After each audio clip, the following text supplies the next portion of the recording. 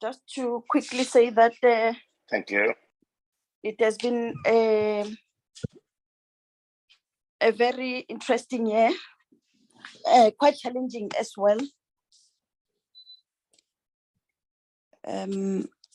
But we were able to pull it through, regardless of the challenges that we faced. The banning of Parliament was quite a big setback for us.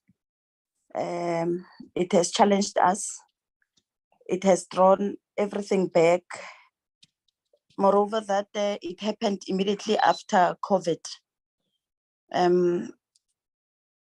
We will try by all means in this term to make sure that we put everything in place. But we know that it will not be possible.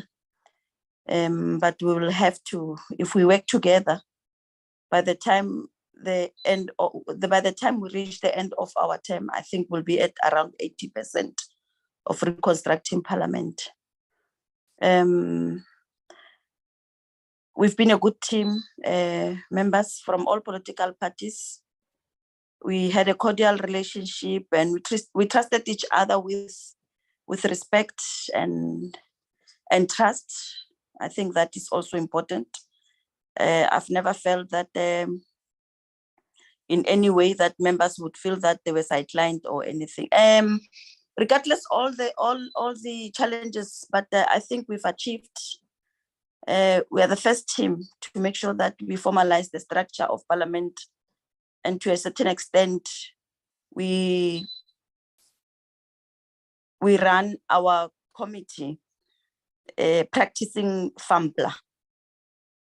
Previously, the committee would just follow what Parliament does and overlook their real mandate and the fact that this committee is governed through a different legislation. So we've done that. So far, I think we have achieved. We are a team that has put pressure in making sure that we get the correct, we fill the positions, the vacancies, especially the senior vacancies. We have, for the first time after a very long time, the Secretary to Parliament. We have filled other positions, but that one, it's a milestone, it's an achievement. We really need to be proud of ourselves.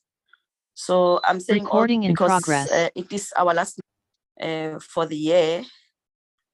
Parliament will be rising on Tuesday. Then after that, I think we'll be meeting each other mid-February or early March. Having said that, I want to welcome you all and say that the struggle continues. Let us not tire. We need more energy for the last lap, which is last year, which is the coming year, a year before the elections. Oversight continues to be the strongest pillar of our democracy. Without a strong oversight, there's no way that we can steer the country to where it's supposed to. Thank you very much. You're welcome, members. Cindy, please open the agenda for us. And while you do that, can we deal with apologies? There's a hand. Member Singh. Yes, good morning, Chairperson, and all colleagues and parliamentary staff that are on. Just in reaction to your opening comments, when will we get a plan of the renovations, the intended renovations, unless I missed that, of the old assembly, at least as a start for us to move in before the main chamber is done? Is there such a plan that's available? Is there a timetable? Are there timeframes now that we have received some money? Thank you. Thank you, Mr. Singh. My intention was to allow members to also make reflections, but I felt we'll do that at the end. With regard to the plans, I am aware that the executive authorities and senior staff members, they went for a retreat, a planning session. I'm sure that could be part of what they will report to us. I'm definitely sure that through their planning session, they had to discuss that. That is very important because now we are in control of the project. Public Works is out, it is us. We're going to implement the project. And of course, it is in our interest to also get the planning and the strategy to ensure that we are ready. We do not want anything that will also interfere with us obtaining a clean audits. We've kept a very good record. I also forgot to mention that and thank the staff, for their undying support and their commitment. So we would not want to invite any project that will then cause us financial challenges. So maybe towards the end, I'm not sure if the Secretary of Parliament is present. I'm going to give him towards the end after we've dealt with them. Hello?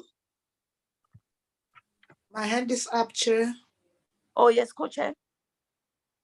Yeah, good morning. Thanks for your opening remarks, Chair. I was suggesting that we leave the answers to the Secretary to Parliament. I think he has had the very important question from Mr. Singh. And before Mr. Singh spoke, I had my hand up when you went to the next point on the agenda, which is apologies. I wanted to speak to that. Can I? Okay. Yes, Yeah, you may. Okay. Chair, I don't know how long will we drag the meeting for. I have a appropriations meeting to deal with the bills that were deferred to NCOP at 1.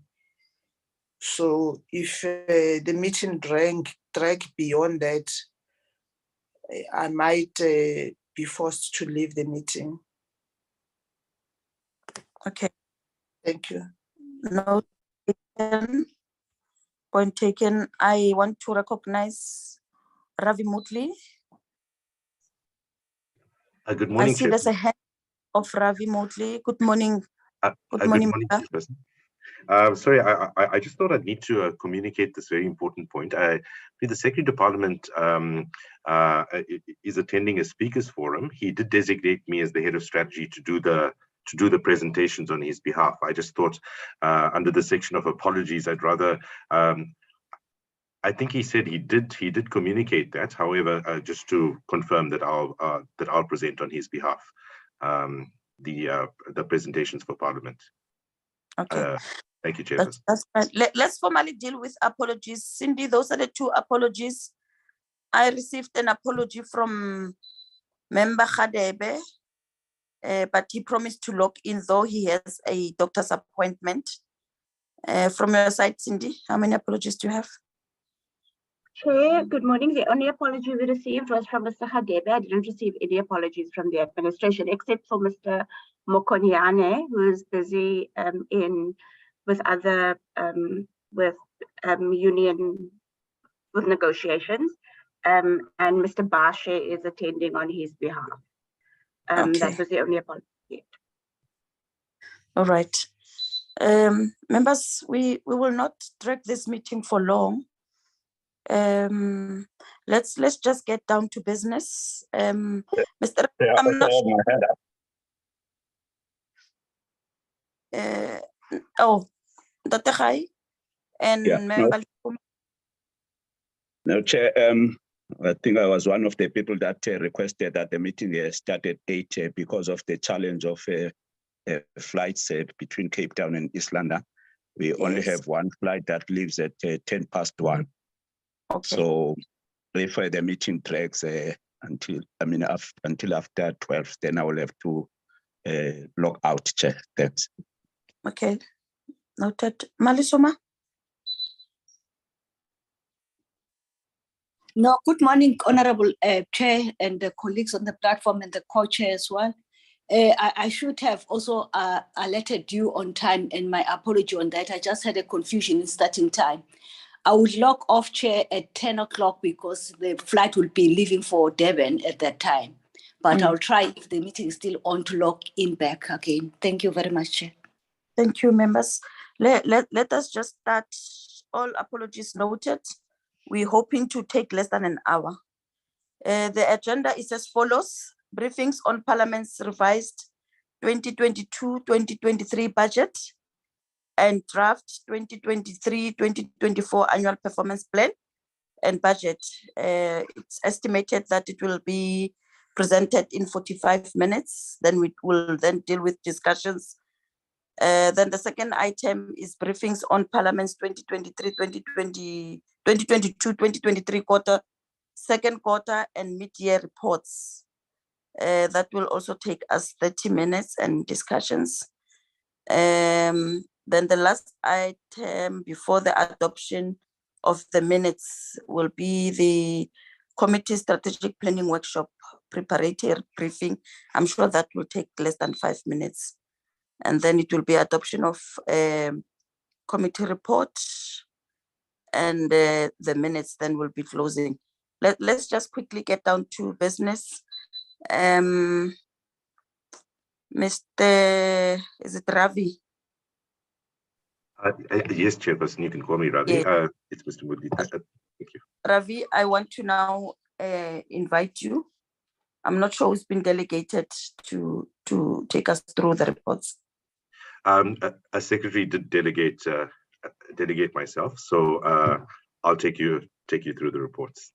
Thank you. Thank you.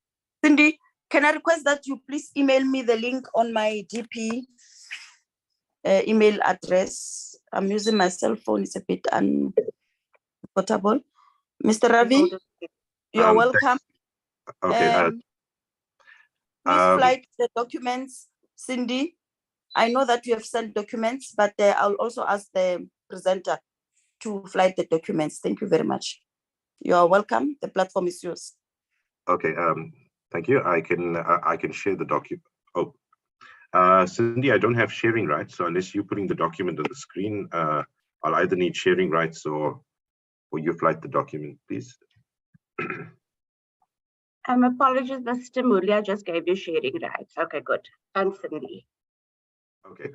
So then, okay, you said I can share at the moment. Okay.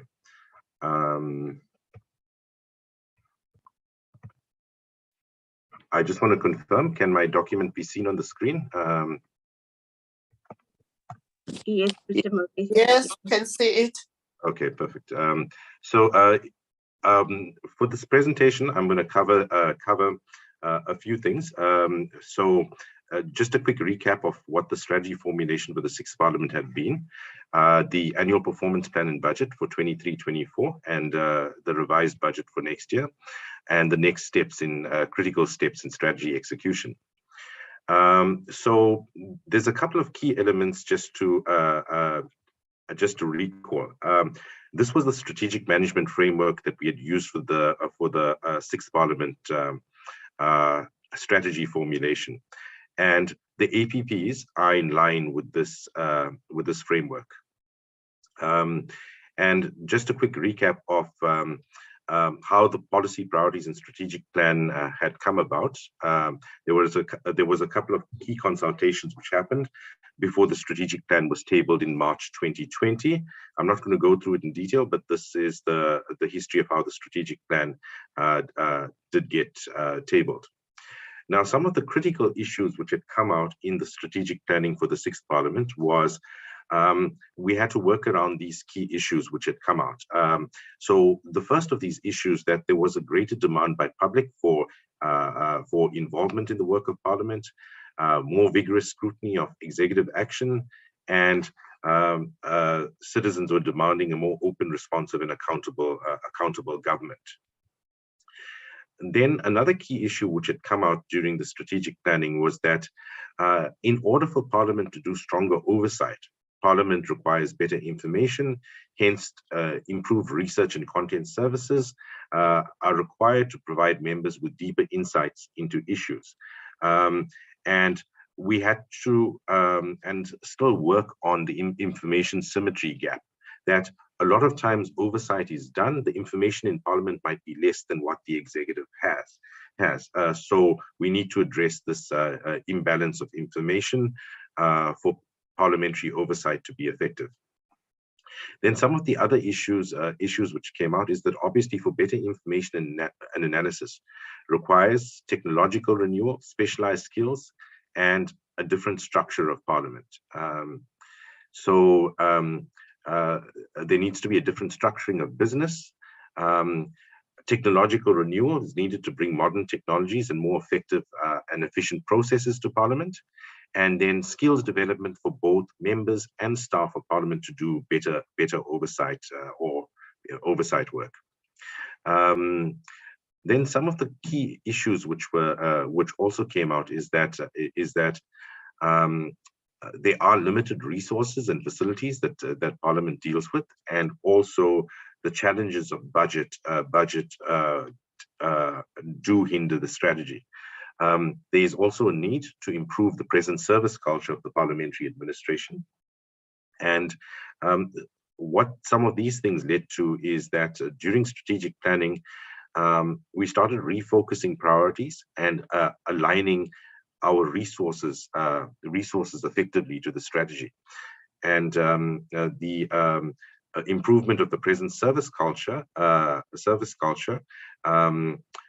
initiatives began, but it's an ongoing piece of work. Then in terms of the sixth Parliament, obviously the priority areas based on constitutional mandate, your strategic priority areas of strengthening oversight and accountability, all the way down to a public involvement, legislative capacity remains the same. The constitutional mandate stays the same, but how we approach it is the thing which can differ from one Parliament to the next. Then in terms of, we had come out with a logical framework of how Parliament has an impact on the greater citizenry, but how, even from the very inputs, how does it link up to produce those impacts? And that is depicted in the sixth Parliament strategic map, that the things at the bottom need to be improved to get better at the top regions of our outcome, which is increasing government responsiveness and accountability, and even the impact to citizens. Just a bit about the framework. So there are institutional measures which cover the full strategy map, and it includes the following areas. So your impact variables are your NDP outcomes, poverty, unemployment, inequality. The outcome of Parliament is viewed to be executive responsiveness and performance, so hold the executive to account. The outputs of Parliament are budget and fiscal oversight, budget bills. The activities of Parliament are your constituency committee and plenary activities.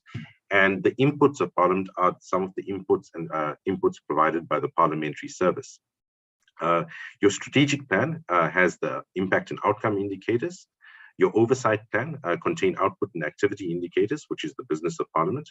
Your APP contains the outputs of the parliamentary service, and below that you have operational plans containing activities and inputs of various divisions of the parliamentary service. So this is a graphical depiction of where some of the things are housed, in which documents they are housed. So you won't find everything in the APP. But when you look at the scope of these documents, it covers the full set of variables. What was one of the new things? One of the new things that the Sixth Parliament looked to do, in discussing with the executive authority, one of the key things which had come out was that it was important to align what the parliamentary administration does with what members of parliament do. And we had a set of indicators where we were measuring things like whether papers got done in 7 days or 8 days or turnaround times of 3 days, etc. And in discussions with the executive authority, it felt that it didn't necessarily align to what members were doing. So one of the big things that was done in the Sixth Parliament strategy and APPs was that we looked to let members of Parliament rate the services of the parliamentary administration. So that was introduced for the first time, and some members are aware that you get surveys which get sent out quarterly, which members can rate these services, and this shows you that some of the services being rated are from your research, content advice, procedural advice, legal, your committee support service, your public participation service, all the way down to digital and facilities services. So this was one of the big things introduced in the Sixth Parliament, and what I've got over here is the targets that were set for it, and these indicators still carried through even to next year's APP and the 23-24 APP, and as I said, they were new to the Sixth Parliament. Then in terms of this 23-24 APP and budget, I just want to cover. So what I'll talk about here is the development process, the update on the operating model, some of the key strategic initiatives and enablers, a bit more on the surveys, your vote to, your programs and estimates of expenditure. So in terms of the production of the APP, I should start at the start at the bottom. The draft 23-24 APP and the revised 22-23 APP were tabled on the 10th of June, tabled in the two houses and referred to the Joint Standing Committee on the 10th of June. In coming up with this, one of the key things we'd done in March was that we had to have a working session to update the operating environment. So much had changed, including members are well aware of the fire issues, but there was a lot of things which has changed externally, and we needed to see whether some of the things that we had put in the APP actually still made sense, whether there needed to be any adjustments, etc. So after updating the operating environment or doing a SWOT analysis, divisions prepared draft operational plans and budgets involving management and staff. Then there was a strategy review session which actually reviewed some of these operational plans and budgets around the end of April. And then the first draft APP and budget was compiled around between the 2nd and 13th of May. And there was a working meeting with the executive authority afterwards around the 24th of May, after which the accounting officer or the Secretary to Parliament submitted the draft APP on the 31st of May in line with the FMPPLA, and after that, like I said, it was tabled and referred as of the 10th of June in terms of section 17.2. This is just graphically depicting that process I explained. Then I want to cover an update on the environment. When strategic planning was done at the beginning of the Sixth Parliament, some of the key issues which had come out was the budget baseline reduction that Parliament had been contending with, which led to maybe an unsustainable payroll if there wasn't any adjustments made to that budget. There was an aging ICT infrastructure we were dealing with and an aging physical infrastructure. The fire damage to the NA and Old Assembly compounded your already existing space problems. Then we were operating in an environment where GDP growth in the country was very low, the projections for the next 3 years, and we were contending with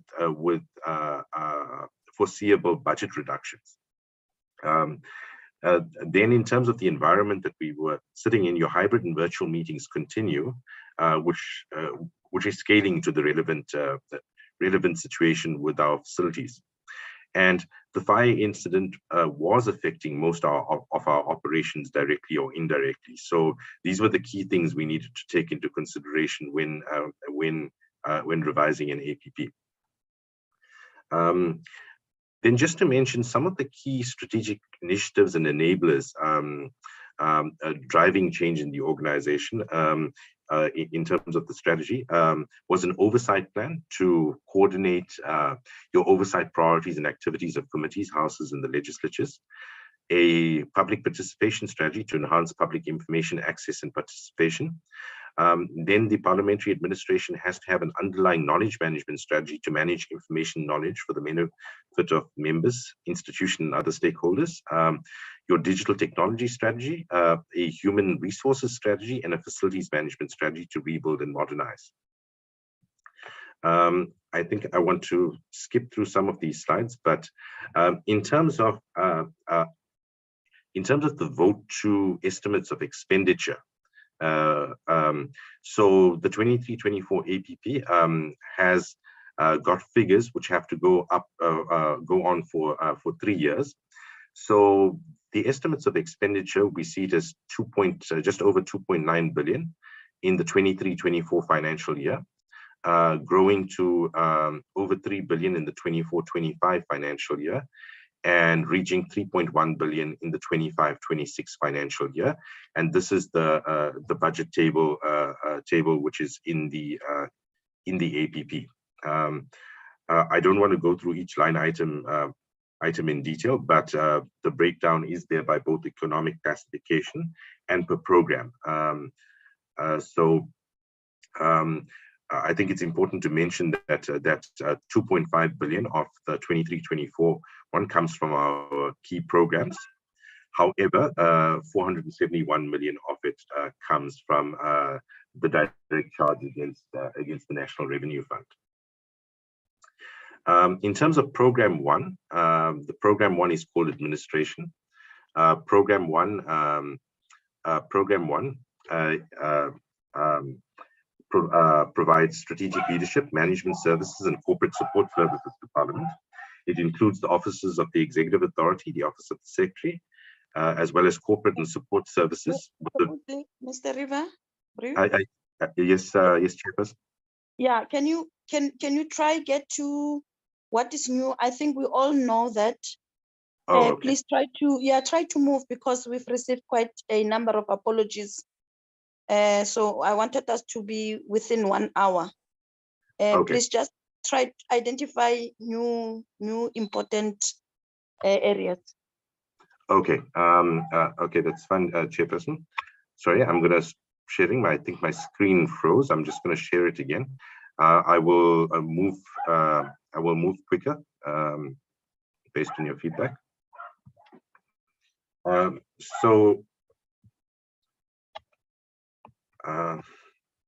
I'm sorry, I seem to have a technical challenge in moving the screen. Let me just try sharing it again.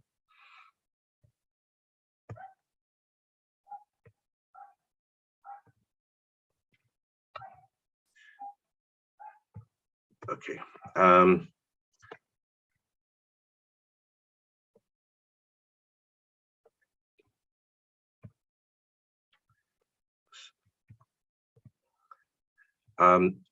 Sorry, I was just wondering, Cindy, maybe you can share from your side. I'm struggling moving the screen for some. Oh, okay, it's not moving.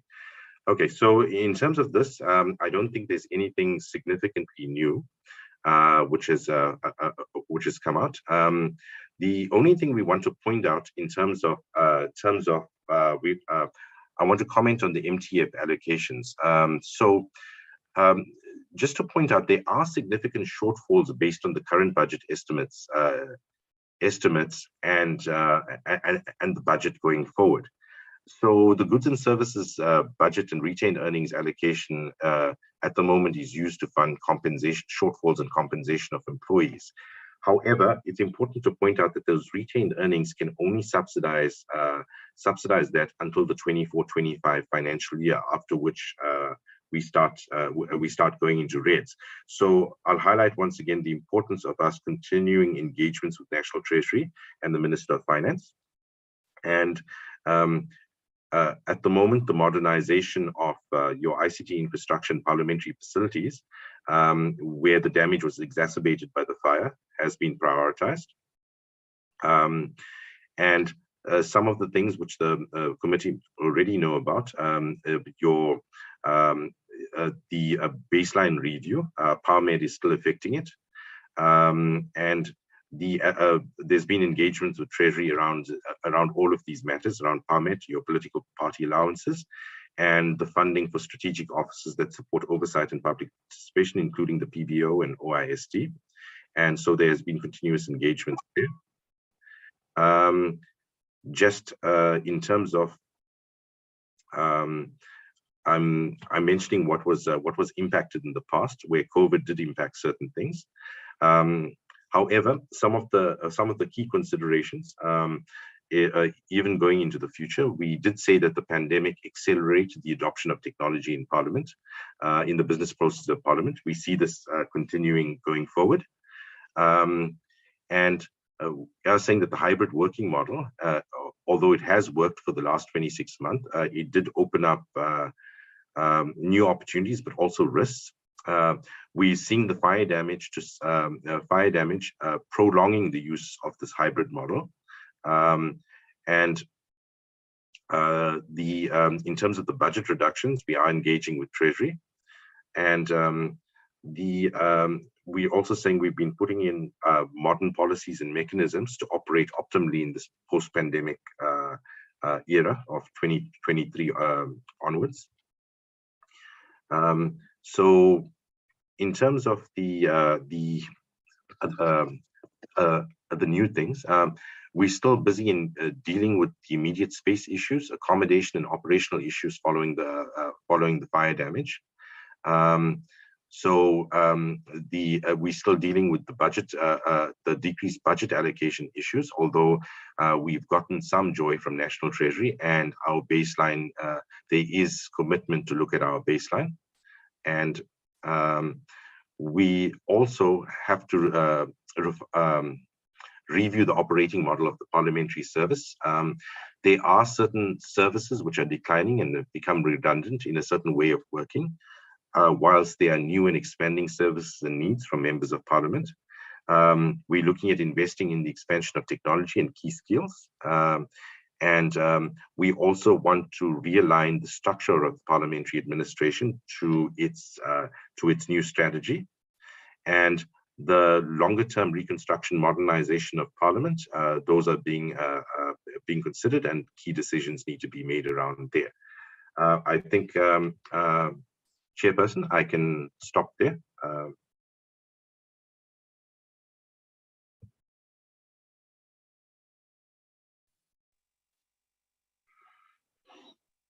Thank you very much. Members, there we have it, the report presented. Can I take comments, questions, clarity-seeking questions, comments? We take it that this is work in progress, but I thought you will also maybe partly try to address the question that was raised by Member Singh this morning with regard to the plans and the strategy for renovations. I see the hand of Mr. Singh. Is there any other hand, members? Honorable Khai. Honorable Khai. Any other? That will be all. Thank you, Mr. Singh, followed by Honorable Khai. Thank you very much, Honorable Chairperson. Chairperson, no, thank you for the presentation. And I know, we've got these, strategic outcomes and things like that. But, many of these outcomes, I think we know, are not really achievable because of the circumstances that we find ourselves in. And that is firstly COVID, and secondly, the burning of Parliament and not having a venue. And in particular, I refer to the citizens' participation. I think that's been a big criticism of the way we are operating. So and I don't think we're going to have adequate facilities in the next year or two. So what amended strategy can Parliament come up with to ensure that the public, do not complain about their participation in our activities? We've been talking about, a TV channel, free TV channel for, 10 years now. Nothing has come of it. I've attended some community meetings where we took legislation to the people. And I just feel sometimes, if you look at the cost-benefit analysis, it's just too costly in the way we do these things. So can administration come up with some strategies which they can present to us early in the new year, which will speak to the current circumstances that we find ourselves in? So that's the one question. The second question is rating of services. I religiously rate services, but many of our members are not using the kind of services that are asked on the question, because we are not attending Parliament physically. So I think that's something else, it mustn't be a tick the box exercise. And lastly, I had a few members in my office a few days ago, and they looked at all these Hansard that I had displayed so well, which I regularly refer to. Are we ever going to get those kind of compiled books of Hansard so our grandchildren and great-grandchildren can see what the chair spoke about in a debate in Parliament, etc.? Is that something that's now taken completely off the radar, or is it something that's still on the radar? Thank you. Thank you very much, Honorable Chairperson, and greetings to you and the co-chairperson and the honorable members and the officials of Parliament. Chair, I see that, I know that Mr. Ravi says that it's a matter that was discussed with the executive and be implemented in the sixth Parliament. The issue of basing performance management on the methodology of client satisfaction, the point that Honorable Singh is referring to. For me, that should not be a primary issue. It should be just an impact. The survey should be regarded as an impact of the implementation of performance management. So it should not be the primary issue, should be the impact. So I think moving forward, we should be basing our performance management on the strategic objectives of Parliament, and then regard the issue of client satisfaction as an impact of the implementation of those strategic objectives. So I wanted to raise that because I see that it is now being put as a center of managing performance, yet it should just be a result of the impact of the implementation of the strategic objectives of Parliament. Thank you, Chair. Thank you, Tim. Thank you so much, Chairperson. If you don't mind, my signal's not great, so I'll leave my camera off. Chairperson, just two things. The first thing is translation services. Can we get an idea of what the costs of translation services are, and whether the translation services are in-house or whether or not we are outsourcing translation services?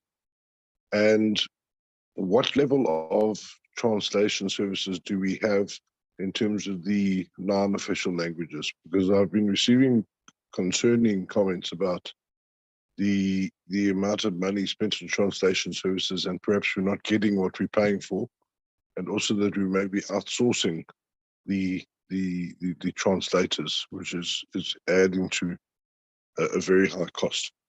The other issue that I want to raise, which is a matter of severe concern, and it is and it's something that needs to be escalated to both the Speaker and the Chairperson, and that is the petition system in Parliament. And I can speak here from personal experience.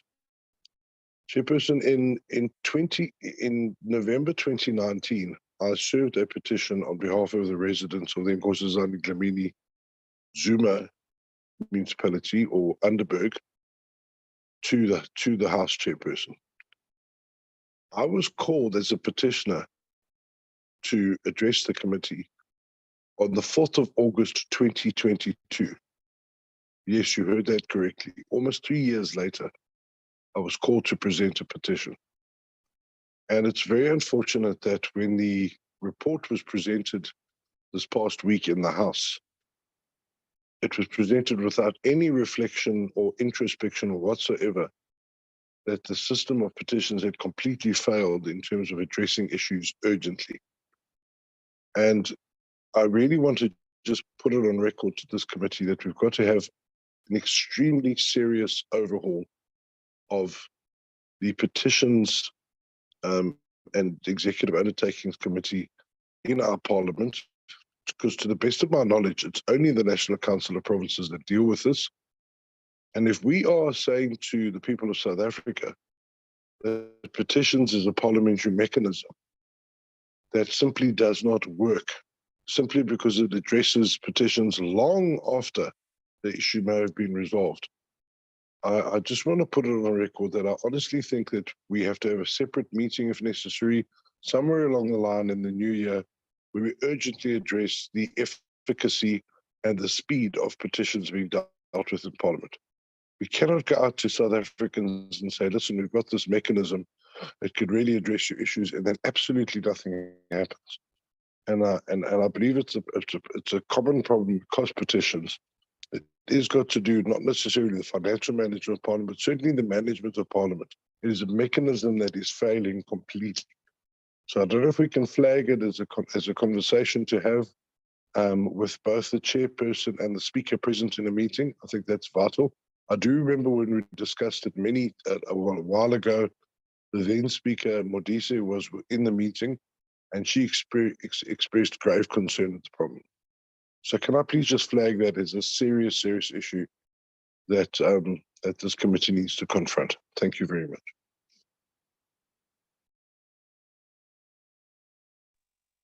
Thank you. I see the hand of Member Umpile, Member Lisoma, then the co-chairperson will be the last. Thank you. Thank you, Chair. Chair, just two things on my side. I just want to get clarity with regards to the Parliament buildings. Who exactly is owning the Parliament buildings? I do know that is Public Works renting them from someone, or are they owned by Public Works, meaning they are owned by the state? That's one. Two is, I think after the fire, there was something that came out that the buildings were not insured. Is it for certain that they were not insured, or it was just miscommunication or misunderstanding? Are the properties of Parliament in Cape Town insured? Those are the two questions for you, Chair. Thank you.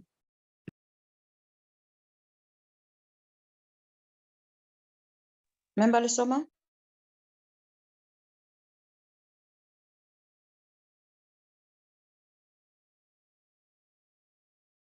Malisoma, you follow? Oh, it seems like we've lost Malisoma. Co-chair, you may come in. Thank you, Chair. I want to speak to what Honorable Bratisat have spoken to, and I want to further recommend, I agree with him. I don't like also things that have been delayed and being processed for a long time, and because that does not reflect well on us to the public, and it really makes the public to not take us serious and lose trust on us that we say we are working. So I want to further recommend that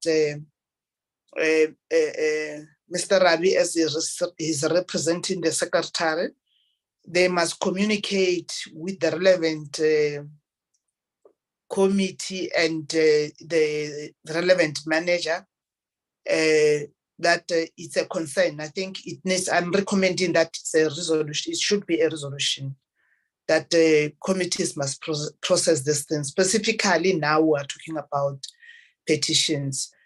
I know that it was only presented this week on Tuesday, I think. So the other one, the first one that Honorable Brother spoke about, Tim, I'm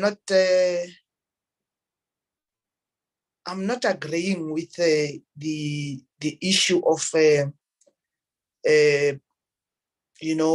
outsourcing the services. If there are problems and we've identified problems, we must resolve those problems without outsourcing, because outsourcing is one of the things that might be seen as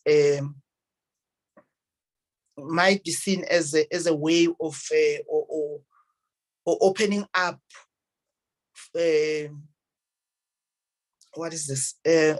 corruption. And my belief is that I've always believed in anti-privatization. So I think there's a problem. I agree.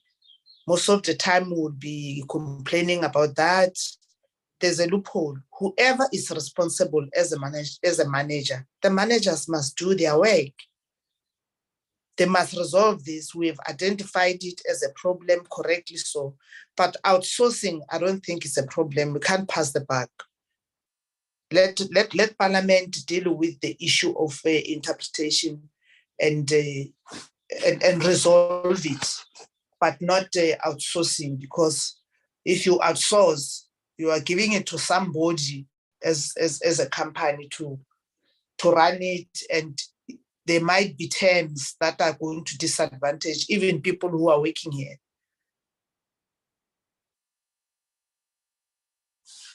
Thank you, Chair. Chairperson, if I may. Let's avoid the dialogue. No, I just want to raise a point of clarity, Chair, just so that there's no misunderstanding. You're not responding to no, the but question. it's a point of clarity, Chair. Okay. And it'll be very brief. I just wanted to say that I'm agreeing with Honourable Mahlangu. I agree we should not outsource. My concern is that I've received reports that we may be outsourcing, and that is what's concerning me. I don't think we should outsource. I've received reports, they may be true or untrue, that we are possibly outsourcing this function and we're not receiving value from. And I'm concerned we are outsourcing. I'm wrong, officials, as to whether we are, and if we are, why are we outsourcing? Because, and that's why I said, how much is it costing? I agree 100% with Honourable Mahlangu that it should be an in-house function. So just to clarify that members, Honourable Mahlangu may have misheard me. I'm against outsourcing. I agree with her. Okay. I'm concerned that we possibly are outsourcing. That's what I want to. Thank you. Point taken. Thank you. Member Lisoma? Oh, she's still not in the platform. Can we get responses? Thank you, Chairperson. Some of the questions I'll have to pass to other colleagues. So in no particular order, since it came up last, in terms of the outsourcing of languages, so Dr. Gabriel has the language section under his area. He has confirmed that all translation services for SA official languages is provided internally. The only thing ever outsourced in terms of languages is, for example, for multilateral meetings such as IPU or SADC PF, where, for example, the languages might be French, Portuguese, etc. So that's the only time it's ever been outsourced, and it's definitely only multilateral meetings. And in terms of also, there was a question on since it comes from Dr. Gabriel's area, there was a question on Hansard. Honorable Singh, Hansard is printed on demand. The unrevised Hansard is published electronically on Parliament's website. So that would cover those issues. The question and the comments on the performance information, it's been recognized, and I think we did say that we are that clients or member satisfaction with in terms of performance is just a singular dimension, and there are other things that we want to put in. We did a strat session in November, and we are looking at certain other other sort of performance indicators that we can use there. In terms of, there was a lot of questions related to facilities. Ms. Zungu, I believe you're on the platform. Would you be able to answer some of the questions on facilities for the members? Yes, Mr. Mutli, good morning, chairpersons and honorable members and colleagues.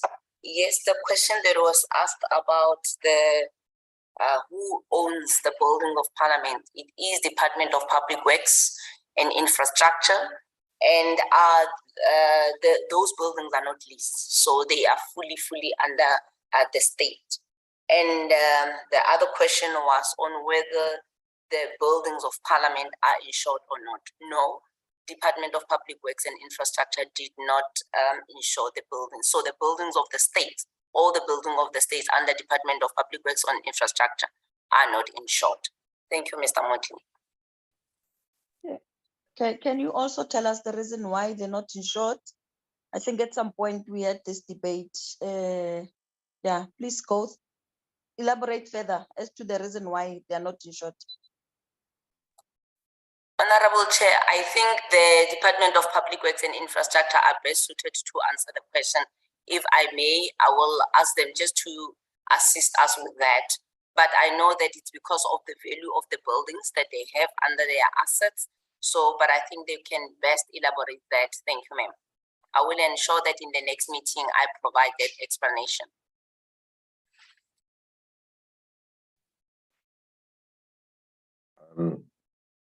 Okay, then there was a concern raised by two members around the petitions process. I think if Ms. Beg is on the platform, maybe you want to respond to that. Otherwise, we can come back to members on, it was a comment. We can come back to members. But Ms. Beg, if you're on the platform, do you want to maybe have you got some information for members which might be useful? Thank you very much. Good morning, chairpersons and honorable members and colleagues. On the question of petitions and the delay of processing of petitions, this has been taken up with committee chairpersons by the offices of the respective house chairpersons for committees, both in the National Assembly and the National Council of Provinces. So Honorable Falik and Honorable Nyambi have raised this with committees. Obviously, committees tend to prioritize legislation on their programs, and we found that petitions is slow progress with petitions. But I can say within the National Assembly, there's been actually a pickup in terms of processing and finalizing petitions. These are reported on at both programming committees, where the reports by committees includes what is the status of processing petitions in the respective houses. So it is being monitored. I think there is room for us to discuss it further. I know that provincial legislatures have a legislative framework in place that sets out how petitions are being dealt with in the respective provinces. And I think this is perhaps something that Parliament could consider to improve our processing of petitions specifically. Chairperson, if I may, with your permission, there is a question that Honourable Singh raised around citizen participation, particularly, I think it's largely due to not having access to Parliament, but we will, with your, under the direction of the committee, prepare something to capture some of the strategies that we have looked at to improve citizen participation, particularly during COVID, but also now post-COVID, but taking into account that due to the fire, not all Parliament's facilities are available. So we will prepare a document and submit that to the committee. Thank you very much.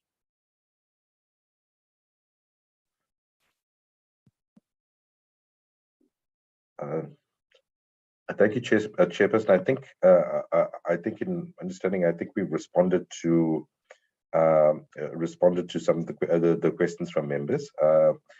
So unless there's another round of questions, I think as management we've responded. Thank you. Thank you very much, Mr. Rab. I see the hand of Honorable Lisoma is still up. Honorable Lisoma. All right, now let's move. Cindy, the second agenda item. Thank you very much for the presentation and the responses. As promised, those that are outstanding, please let's make sure that you can directly maybe send it to the member or just share it with Cindy so that we can all know the reasons why. But I know at some point Public Works took us through the reasons why they do not ensure government buildings. Okay, can we then go to the second item, which is briefing on Parliament's 2022-2023 second quarter mid-year report?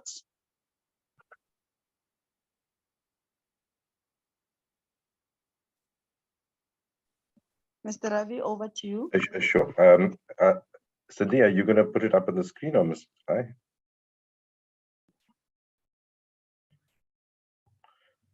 You can go ahead, Mr. Moodley. Okay, thank you, Cindy. Okay, I just want to confirm, can everybody see the? Yes, yes, okay. We can see. Okay, no problem. Okay, Please, so just like the first report, go to I'll go new areas. Do not go through the history because I think we are all aware of. Okay, thank you. No problem, Chairperson. So the highlights of the business of Parliament. So we're saying what did the houses do and the committees do? So we're showing here in this little graphic all the kind of virtual meetings, the public hearings, oversight visits, debates that happened in the houses for the. So this is the mid-year report. It's covering quarter 1 and 2. And in terms of some of the highlights, I'm not going to go through it in detail. The National Assembly and NCOP pose questions to the executive, both written and oral. I think from hearing the feedback from members of this committee last time, they also wanted to see, you know, what was responded to by the executive, what was not responded to, what was not yet due. So in keeping with the feedback I got from the committee, I've included this information in the mid-year report. Then in terms of, this is just highlighting the key sittings that the National Assembly had during the first half of the year. It's not a complete, it's just highlighting the key, the critical issues which happened. And I've done the same for the NCOP. These are the key sittings of the NCOP and debates and key events in the National Council of Provinces. Then also in terms of the committees of Parliament, while this is not an exclusive list, we are just stating some of the key committee oversight visits which happened during the first half of the year. And then also in terms of legislation, giving a listing here of the bills considered by the National Assembly in the first half of the year. And these were the bills considered by the NCOP during that same time period. This is showing Parliament's public participation reach, especially using multimedia platforms. So how Parliament is doing around broadcasts, its website, Twitter, Facebook, and YouTube. Then just going to the overall performance of the parliamentary administration after I've covered the key work of members. So the parliamentary administration for the mid-year, one indicator, the one in grey, is an annual target. So because it's got to do with the annual framework, we don't measure it for the quarter. However, of all the indicators that were measured in the APP, all were green except the one on your public participation service, which did not meet its target. Did not meet its mid-year target. This quickly shows from your overall member satisfaction with certain services. These were quite high. Most of them met their target, except the last one on public participation support. So your ICT is sitting at over 83. Your facilities management services at about 76%. Your legal advice at about 75%, and your public participation support at 74%. I will mention here. I've taken Honourable Singh's feedback where he mentioned that some of these services might not be applicable to members when they've been working virtually. We'll take that into consideration going forward and relook at whether all of these are pertinent or not. I think when it was designed, we didn't necessarily think that we'd be operating completely virtually or hybrid for an extended period of time. The overall performance based on that is that 10 indicators met their target and 1 did not meet. It leads to an institutional performance of 90.91%. Then in terms of budget, I think the key thing to state that is the budget of 668 million has been allocated for the second quarter for the July to September period. In terms of for the mid-year, your appropriation statement is such that from April to September 22, your annual budget your actual in the first quarter was 676 million. In quarter 2, it was 627 million, and the year-to-date date for the period up till the end of September was 1.3 billion utilized, and then the budget available for the second half of the year would be 1.4 billion.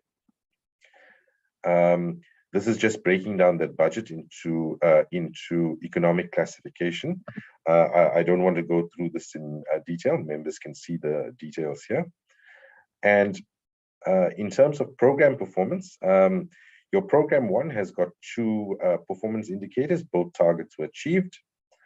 None of these are red, so I'm not going to go through them in detail, but they are positive variances, so the targets were met.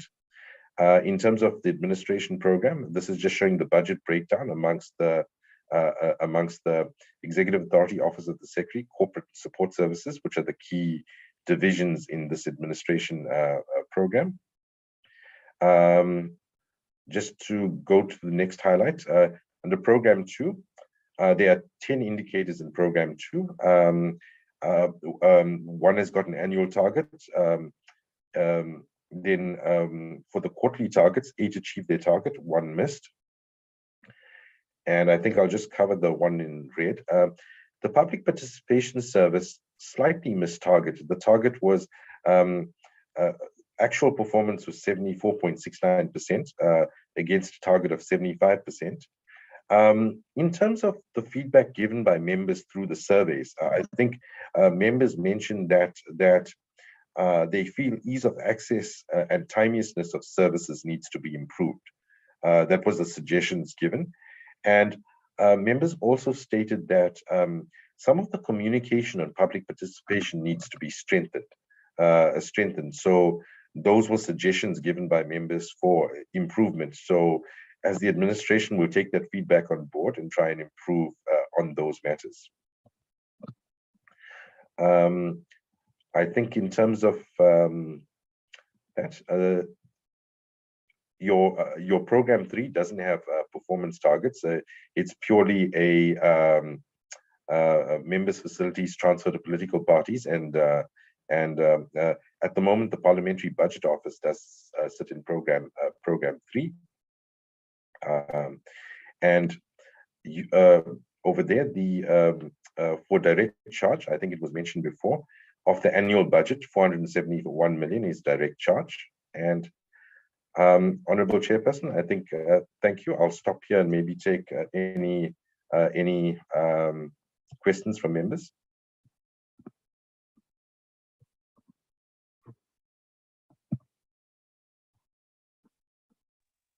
Okay. Thank you very much for the report. Work in progress.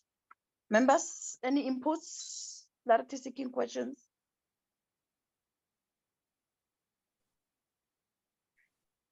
Comments, questions? Chair, I have my hand up. Honorable Khai.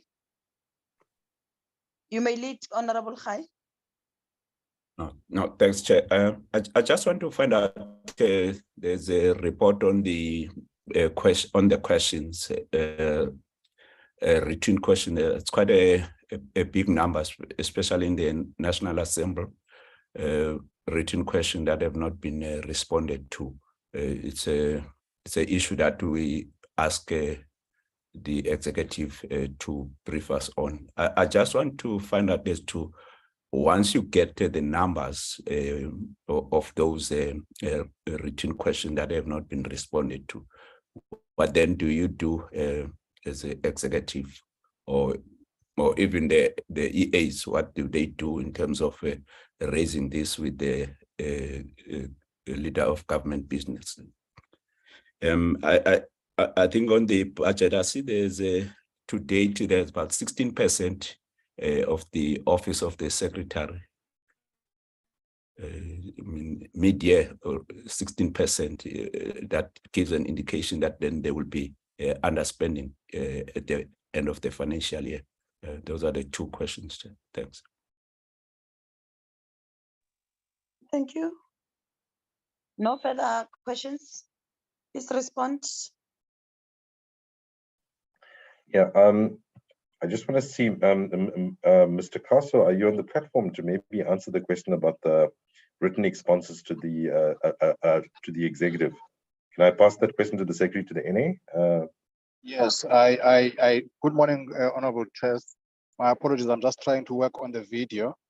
Indeed, I would like to answer that question.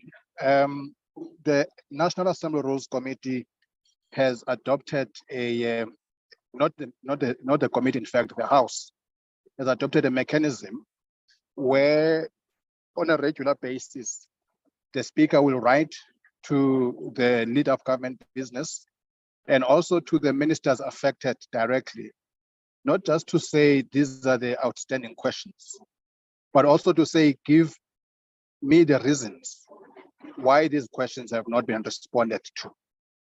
Now, this system was adopted last year on the 2nd of September, and it has been in operation since then.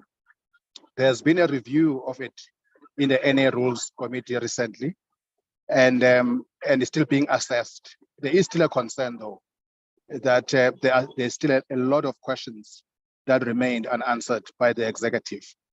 But the matter is indeed receiving the attention of the Rules Committee, including its subcommittee.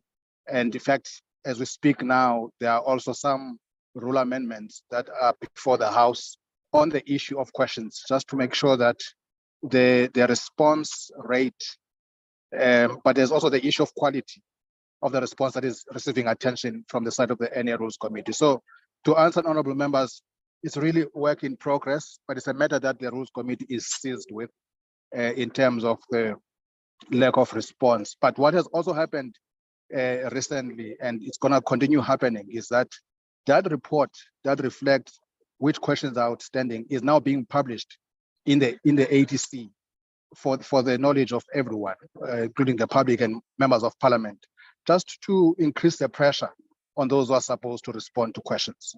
Thank you, Chair. I see a hand of Honorable. Oh, no, Sorry, no, there was still a question on the budget of the Office of the Secretary that has not been responded to. Sure, Honourable Member, I was going to respond to it. Our CFO is not on the platform. However, we'll note your. I do note note the issue, so we'll look into it and see if there needs to be a violent or transfer, or if there's something impeding. Unless Mr. Sabanda, are you on the platform for the Office of the Secretary? If you can give more detail as to what is in that budget.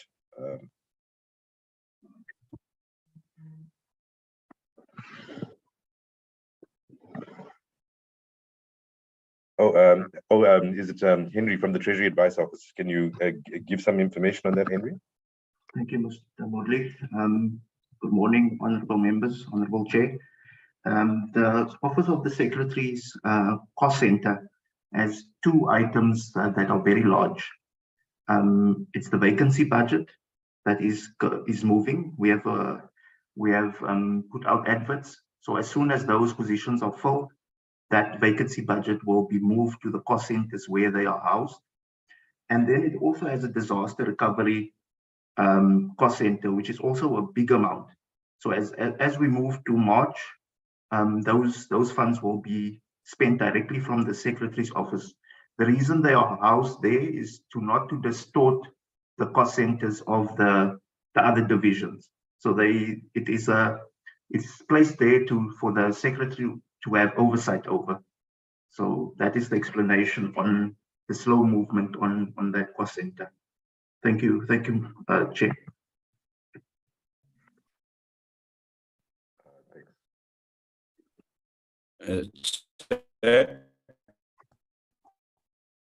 Yes, Honorable Khalid.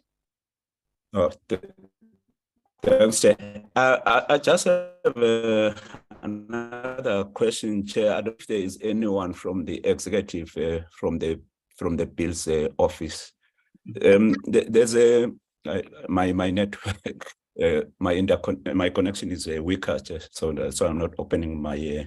There's a bill, Chair, that was dealt with, I think, in the fourth term, which is the Restitution of Land Rights Act. That was found to be unconstitutional, and then that was then returned to Parliament. There is no indication as to how far that bill is now. I just wanted a clarity, because the reason I'm raising it, in my constituency, there are people that have lodged claims that should be governed by this particular restitution of land rights, which is the amendment that was found to be unconstitutional by the so-called La Musa case. Can we find out, as to, even if we not now, maybe if we could get a report as to how far that particular bill is? Thanks so much.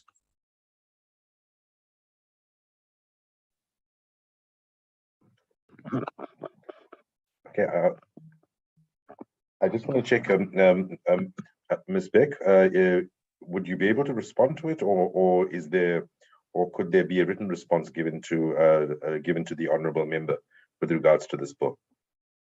Chairperson, through you, we will submit a written report. Thank you very much.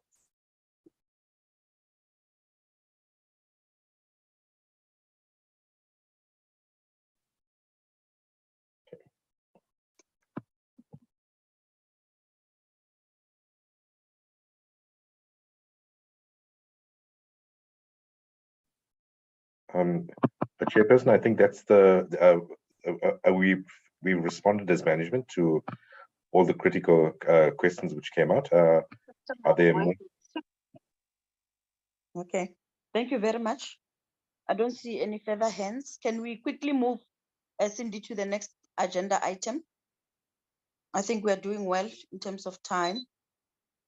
We still have the required quorum.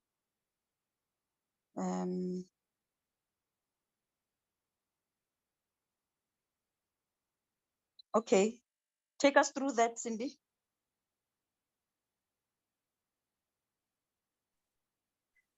Yes, Chairperson. Chair, the committee, I've got documents that was prepared by our content advisor previously in preparation for a strategic plan. Perhaps I should just share with members that Willie has left the committee because he now occupies a new position. So at the moment we don't have a content advisor, but also because we are nearing the end of the term, we feel, or perhaps the committee should consider, that instead of having a strategic planning session like we would at the beginning of our term, we should perhaps have a operational plan for the last year of the committee's term, to consolidate what we've done over the last 4 years and to work towards our handover report for the committee of the 7th Parliament. So we have included that in our program. I'm going to share the program, the draft program now. Let me just open here.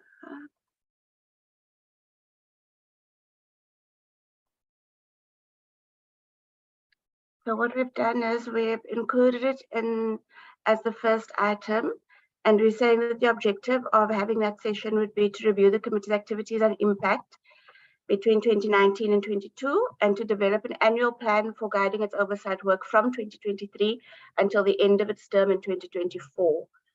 Excuse me, Chair. Sorry, the management is asking to be excused. I don't know if you have seen the chat. Oh, sorry, I did not see the chat. Thank you very much for the presentations. Yeah, sure. I should have excused you because now we're dealing with internal committee issues. Thank you very much, and for representing the Secretary to Parliament as well. Thank you very much. You are excused. Thank you, Chairperson. Thank you. Thank you. Continue, Cindy. Yes, Chair. So we've scheduled that meeting for that planning session for the 24th of February, because that will be the start of the committee, NA's committee period, the NCOP's committee period. Then on to the next item. I'm also going to share go through the program now, because we only had that first part on the planning session. So for Friday, the 3rd of March, we scheduled an update on the restoration of the buildings affected by the fire and related matters. And we've included specifically that the committee be briefed on the financing of the restoration efforts, the progress made as far as the restoration, including project plans, etc., measures in place to ensure that the business of Parliament can continue in the interim and the associated costs, progress made in Parliament's investigation into the fire incident, because Parliament is now doing their own investigation too, and any other related matters that the administration or the executive feels should be brought to the committee's attention. So that that will be the first item for that day. Then we will do our 3rd quarter report that we are required to do in terms of the FMP PLA. For our next meeting on Friday, 10 March, the briefing on the organizational restructuring was not possible this year because the secretary was still familiarizing himself with issues after he was appointed in June. So we've rescheduled that item as the only item for the 10th of March to receive updates on progress made as far as the restructuring, the filling of vacancies critical to the operation of the institution, and any other matters that should be brought to the committee's attention. Friday, the 17th of March, we will be considering the annual plan discussed previously, and then our normal committee business. And our last meeting of the term will be the long outstanding meeting also with Treasury, the Executive Authority, and the PARMED Board, to allow the Speaker and the NCOP Chair, the Minister of Finance, opportunity to clarify how the institution's budget-related challenges are being addressed, and to afford the Deputy Speaker in his capacity as the Chairperson of the Parliament Board and National Treasury opportunity to clarify progress made in addressing the Parliament liability so as to mitigate the risk to Parliament's financial stability. And that will be the last item for the term, Chair. Okay, thank you very much. Also to mention that the program can be amended as and when we continue. I'm not sure if members would like to comment, but it's just a straightforward proposal of items, unless if members feel that there's something that has been omitted that they would feel that we should maybe include. I see the hand of Honorable Singh. No, thank you, Chair. I agree with you. Let's accept the proposal as presented.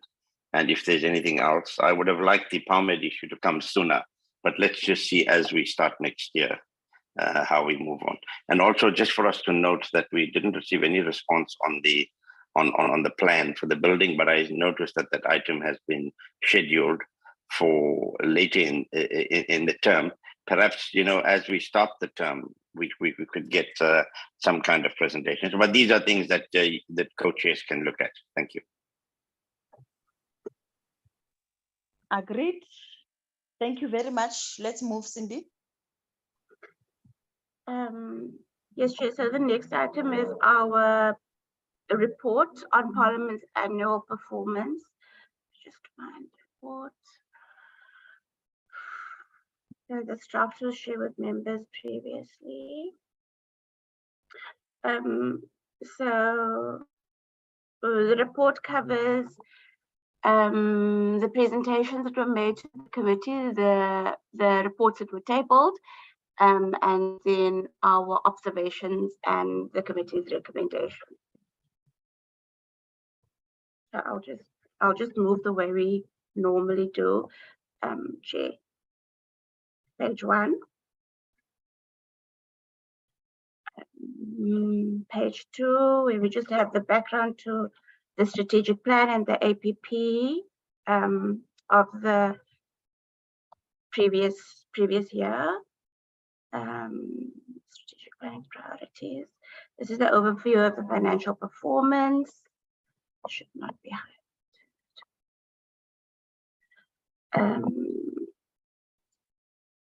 And page 5. Page 6.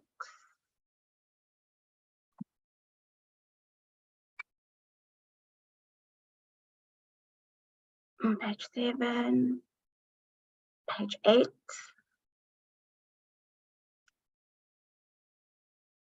Page 9. Page 10. 11. 12. 13. 14. 15. 16. 17 and 18, the report of the Auditor General and the committee's the report of the Audit Committee, and then our observations and recommendations start on page 19. I'll just pause there for members.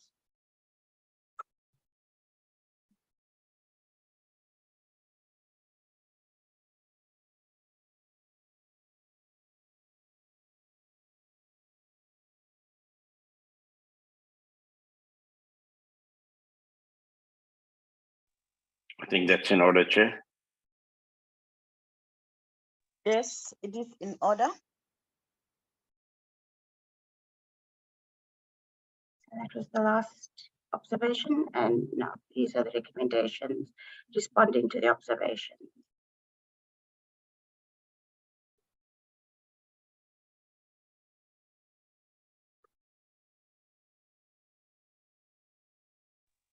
Chair, just one question. I know this report was early on this year, but the CFO, is there no appointment of CFO and head of Parliamentary Protection Services? I mean, the recommendation is correct, but I just wanted to know the latest. When we drafted the report, Mr. Singh, so this is the last meeting that we had of the 21st of October, but previously the secretary had indicated that these posts will probably be filled early in the new financial year, so they've not been filled yet. Thank you, Chair. Thank you.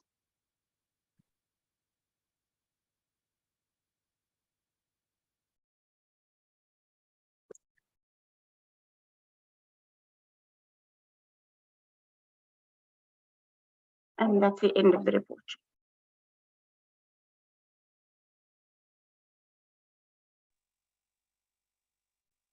A true reflection. Thank you very much.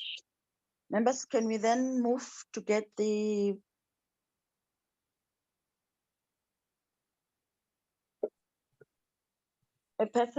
member who will then move for the adoption? Chair, I move for the adoption of the report. Thank you. Mr. Singh moves. The seconder? Honorable Maso. Honorable Maso seconds. Thank you very much. Let's move to minutes.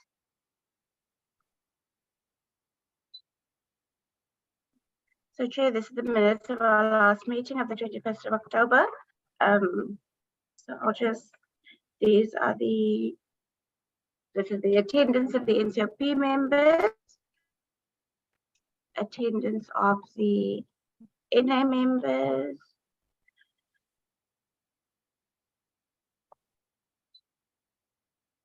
and the rest of the participants. Page 2.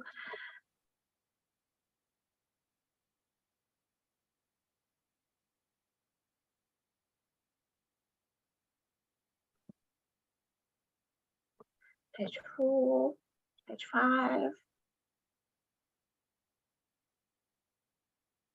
page 6,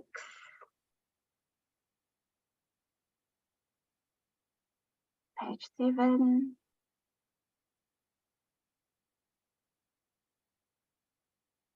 page 8,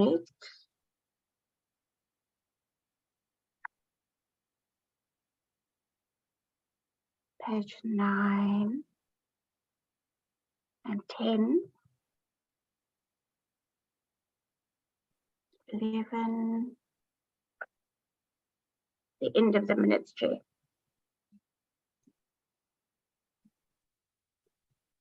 Comments, corrections? If none, can we get the mover and the seconder? I'll move the adopt. Matlangu moves. Khai Oh, I adopts. second. Okay. Sai second. Khai second. Thank you. Another set, Cindy? No, Chairperson, we are up to date with our minutes now and with our reports. Okay. And that would then bring us to? Your closing remarks, Chair. Yeah. No, thank you very much, members. Thank you very much. We broke the record, 1 hour, 30 minutes. Mr. Khai can still go to the lounge and enjoy some coffee before his boarding time. I'm not sure if members would like to make just remarks, comments, given the fact that this is our last meeting. I think I spoke at length during the opening. We can just take 2 minutes. I will give each member a minute who wishes to do so. Starting with Member Singh. Thank you very much, Honorable Chairperson. And let me thank our co-chairs for their diligence, and our Secretariat, Cindy, who has always been on the ball, keeping us focused, and to our content advisors and the parliamentary staff for responding to our questions. Next year is going to be a challenging year, 2023, with the elections the year after. And I do hope that we can resolve matters like physical attendance and more public participation and others. And I just want to take this opportunity to wish all of you on this platform, including those that join our meetings, the media, etc., a wonderful festive period, a lovely Christmas and a healthy new year, and trust we meet again early 2023. Thank you. Thank you very much. From the DA, Arube is not here. Tim, would you like to say something?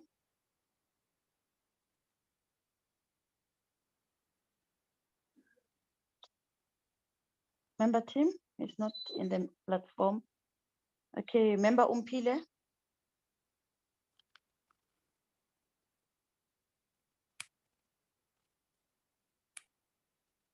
Member Mautwe. Yes, Chair. No, thank you very much, Chair. Thanks for this meeting. I wish everybody a Merry Christmas and a Happy New Year. Let's go home safely. There's a lot going on in our country. But we're meeting next week, Tuesday, by the way, in the House to deal with the very important matter of Phala. So I'll see you all next week. And from there, Merry Christmas to everybody. Thank you. Same to you, Chair. Thank you. Thank you. Member,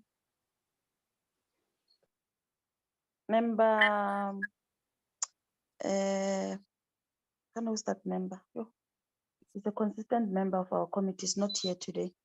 Okay, that's fine. If I'm leaving anyone out, my humble apologies. Co-chair, over to you just to do the final remark and wish us safe journeys and a happy Christmas and a prosperous New Year. And then after that, the meeting will be officially adjourned. Chair, you have just made my life easier. You have already said what I should say. And thanks very much, honorable members and support staff. Hopefully, come the next year before the end of our term, one will encourage the cooperation, the teamwork that is always portrayed in the meeting. We work as a committee, as a team. And from the co-chair, as she said, I wish you a safe, happy, incident-free, accident-free festive season. And as politicians, I wish this would have been the time where we were going to have quality time with our families, but we know how our lives are. We will not be able to have as much time with our families as we will, because we will still be doing our political work and constituency work. Thank you very much, honorable members. May God be with you, all of you. Thank you. Thank you, Chair. Thank you, everyone. The meeting is officially closed.